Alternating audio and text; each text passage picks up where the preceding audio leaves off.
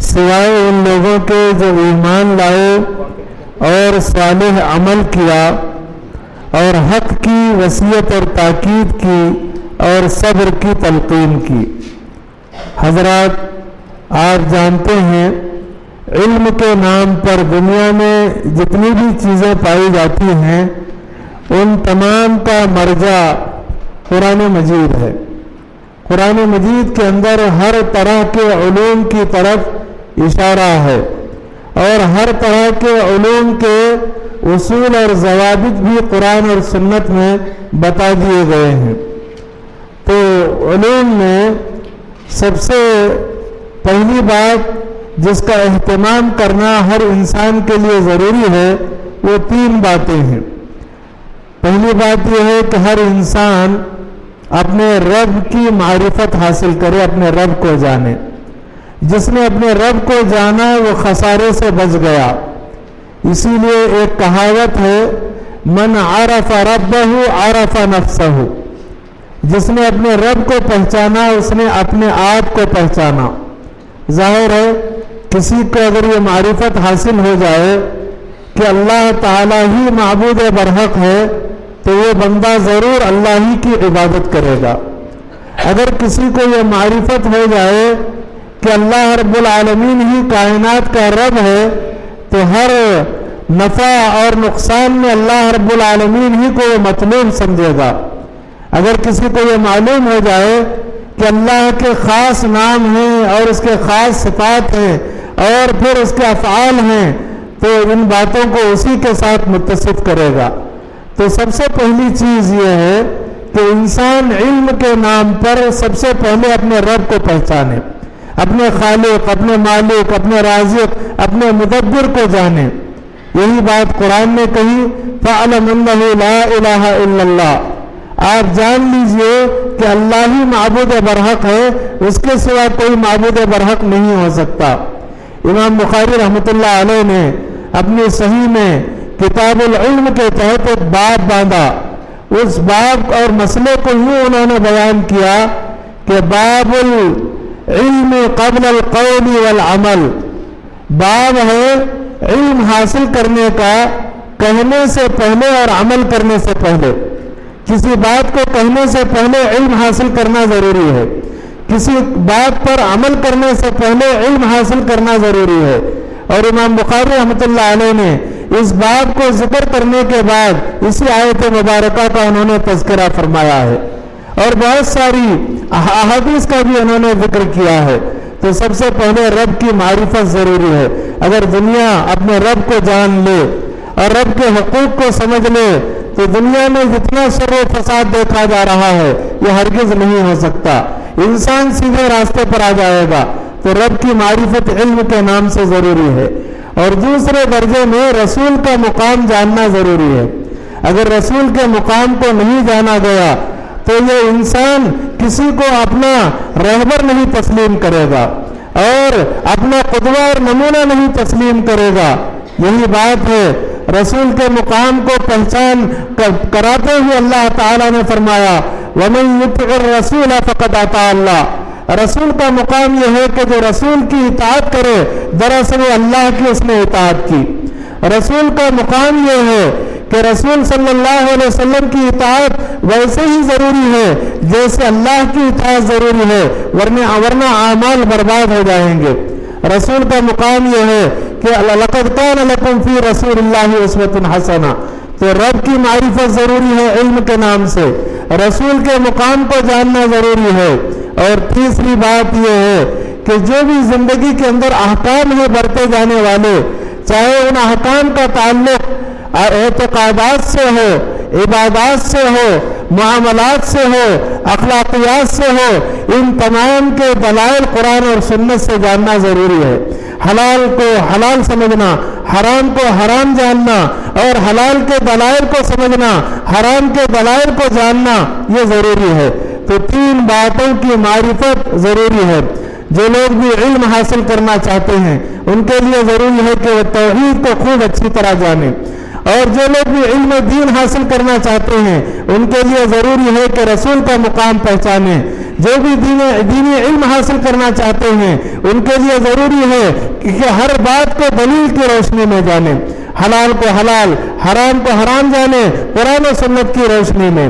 تو معزز حاضرین، میں عرض یہ کر رہا تھا 5 بنیادی باتیں میں آپ کے سامنے بتانا چاہتا ہوں۔ ایک بات علم ہے، علم سے متعلق ضروری باتیں میں نے آپ کے سامنے پیش کر دی۔ ہم نے اور آپ نے علم حاصل کر لیا الحمدللہ، جو کچھ بھی ہم نے علم حاصل کرنا تھا کر لیا، لیکن ایک بات ذہن میں رہے کہ ہر چیز کی انتہا ہے، علم کی انتہا نہیں ہے، علم کی انتہا نہیں ہے، اور علم کا جو سمندر ہے بہت گہرا ہے، اس کی گہرائی اور کنہ تک پہنچنا بہت مشکل ہے۔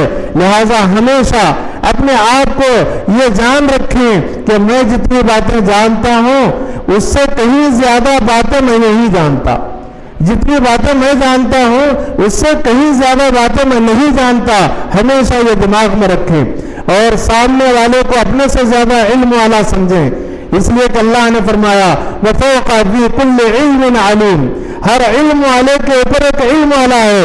اپنے آپ کو علم کی انتہا ہرگز نہ سمجھیں، اور یہ نہ سمجھیں کہ میں نے بہت کچھ حاصل کر لیا ہے، اب مجھے حاصل کرنے کی ضرورت نہیں ہے۔ مسلسل زندگی کے آخری لمحات تک علم کا سلسلہ جاری رکھیں، پڑھتے رہیں اور سیکھتے رہیں۔ اللہ تعالیٰ اس بات کی مجھے اور آپ کو توفیق عطا کرے۔ ایک بات یہ ہے، علم نافع کے سلسلے میں اللہ کے نبی صلی اللہ علیہ وسلم نے ایک دعا سکھائی ہے۔ اللہ کے نبی صلی اللہ علیہ وسلم یہ دعا پڑھتے تھے، اور اپنی امت کو بھی آپ صلی اللہ علیہ وسلم نے یہ دعا سکھائی ہے کہ اللہم انی اسألک علما نافعا ورزقا واسعا وشفاء من کل داء یا عملا متقبلا وشفاء من کل داء، کہ اے اللہ میں تجھ سے علم نافع کا سوال کرتا ہوں، فائدہ دینے والے علم کا سوال کرتا ہوں۔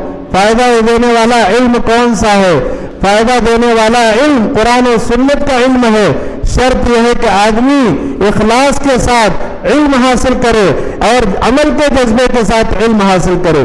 کوئی بھی مسئلہ ہمیں اگر معلوم ہو گیا اور ہم نے ٹھان لی کہ اس علم کی روشنی میں مجھے زندگی گزارنا ہے، اس علم کی روشنی میں مجھے عمل کرنا ہے، تو آپ کے لیے یہ علم نافع ہوگا۔ مثال کے طور پر جمعہ کے دن کی فضیلت آپ نے پڑھ لی، احادیث میں قرآن کے اندر جمعہ کی اہمیت کو بیان کیا گیا ہے، اس کو آپ نے سمجھ لیا، تو اب آپ کے حق میں یہ علم اور یہ جاننا اس وقت نفع بخش ہوگا جبکہ آپ جمعہ کے فضائل کو حاصل کرنے کی کوشش کریں، جمعہ کے مسائل پر آپ عمل کریں، اور اول وقت میں مسجد میں حاضری دیں، اور جو عبادتیں کرنی ہیں جمعہ کے دن وہ کریں، تو آپ کا یہ جاننا اور یہ علم حاصل کرنا آپ کے لیے نافع ثابت ہوگا۔ زندگی کے تمام شعبوں اور گوشوں میں یہی بات ہے۔ تو معزز حاضرین، ایک ہے نفع بخش علم کا حصول، دوسرے نفع بخش علم پر عمل کرنا یہ ضروری ہے، اور تیسری بات یہ ہے کہ اخلاص اور للہیت ضروری ہے۔ اخلاص اور للہیت ضروری ہے، یعنی جو بھی ہم نیکی کر رہے ہیں محض اللہ کی رضا کے لیے کریں، آخرت میں انعام پانے کے لیے کریں۔ اخلاص کے سلسلے میں اللہ نے اپنے نبی کو حکم دیا، قل انی امرت ان اعبد اللہ مخلصا لہ الدین، آپ کہیے مجھے حکم دیا گیا ہے کہ میں اللہ کی عبادت کروں، اس کے لیے اخلاص کو اختیار کرتے ہوئے۔ تو جو بھی ہم خیر کریں وہ اللہ کو راضی کرنے کے لیے کریں، یا کہ اس خیر کا انعام آخرت میں پانے کے لیے کریں۔ اخلاص بہت ضروری ہے، ورنہ بڑے بڑے اعمال برباد ہو جائیں گے۔ اگر کوئی آدمی ریا کے لیے جان دے دے، اس کی جان اللہ کے پاس بے قیمت ہوگی۔ اگر کوئی آدمی ریا کے لیے قرآن پڑھائے یا کہ تعلیم دے، تو اس کا یہ تعلیم دینا اور قرآن پڑھانا بے قیمت ہو جائے گا۔ اگر کوئی آدمی زندگی میں کمایا ہوا سارا مال ریا کی بنیاد پر خرچ کرے، اللہ کی رضا کے لیے نہ خرچ کرے، تو اس کا سارا مال ضائع اور برباد چلا جائے گا۔ تو اخلاص بہت ضروری ہے۔ اللہ مجھے اور آپ کو اخلاص کی توفیق عطا فرمائے۔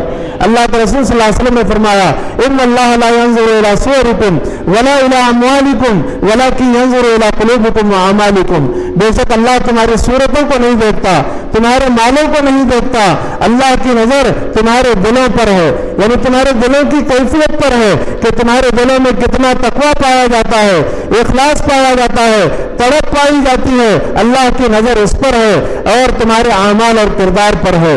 معزز حاضرین، میں عرض کر رہا کہا تھا کہ علم نافع حاصل کرنے کی ضرورت ہے، عمل کرنے کی ضرورت ہے، اخلاص کو اختیار کرنے کی ضرورت ہے، اور چوتھی بات یہ ہے کہ اخلاق اور کردار کو اپنانے کی ضرورت ہے۔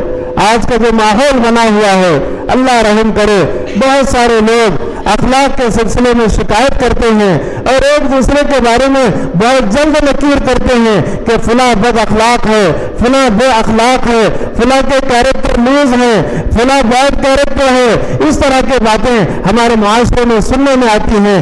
ہم جب دین کا علم حاصل کر رہے ہیں تو ضروری ہے کہ ہم با اخلاق ہوں۔ اللہ کے نبی صلی اللہ علیہ وسلم کا ایک فرمان ہے کہ بے شک اکثر لوگ جس سبب سے جنت میں داخل ہوں گے دو اسباب ہیں، ایک اللہ کا تقویٰ ہے اور دوسرے اچھے اخلاق ہیں۔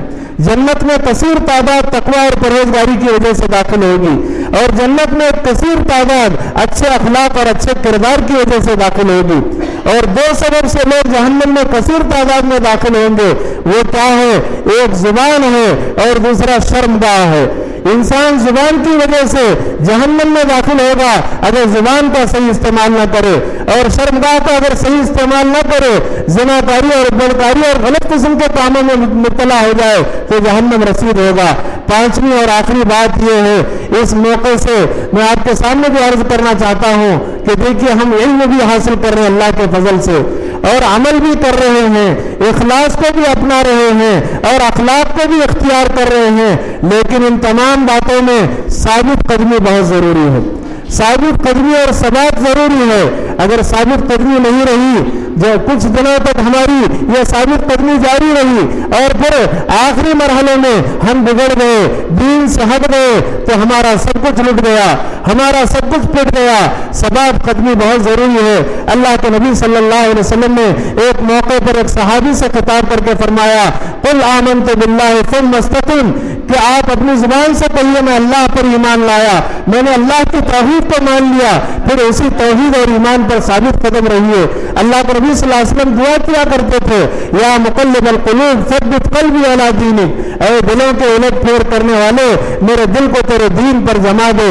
قرآن میں اللہ نے دعا سکھائی ہے، اپنے اچھے انسانوں کا تذکرہ کیا ہے، ایمان والے لوگوں کا ذکر فرمایا ہے، اور ان کی دعا کو اللہ نے نقل فرمایا ہے۔ وہ کہتے ہیں ربنا لا تزغ قلوبنا بعد إذ هديتنا وهب لنا من لدنك رحمة إنك أنت الوهاب، اے ہمارے پروردگار تو ہمیں ہدایت دینے کے بعد ہمارے دلوں کو پھیر نہ دے، ہمارے دلوں کو پھیر نہ دے، منحرف نہ کر دے۔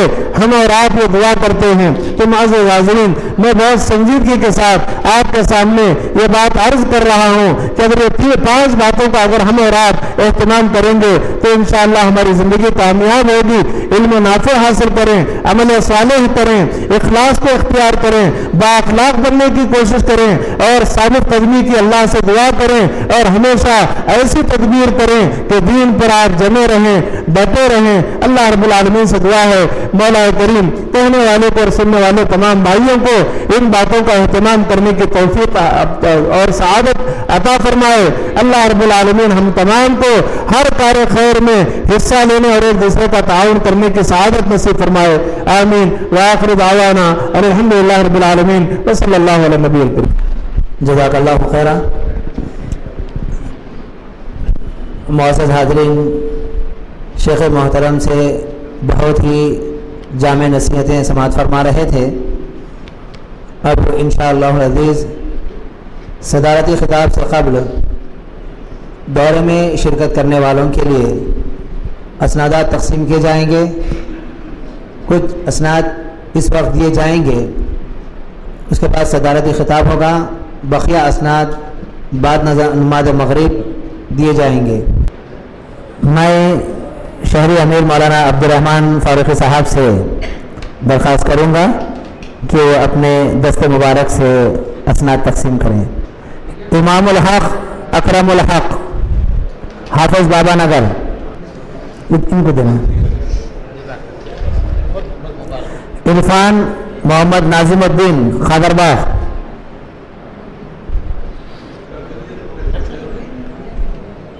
فصیح احمد رشید احمد ٹولی چوکی،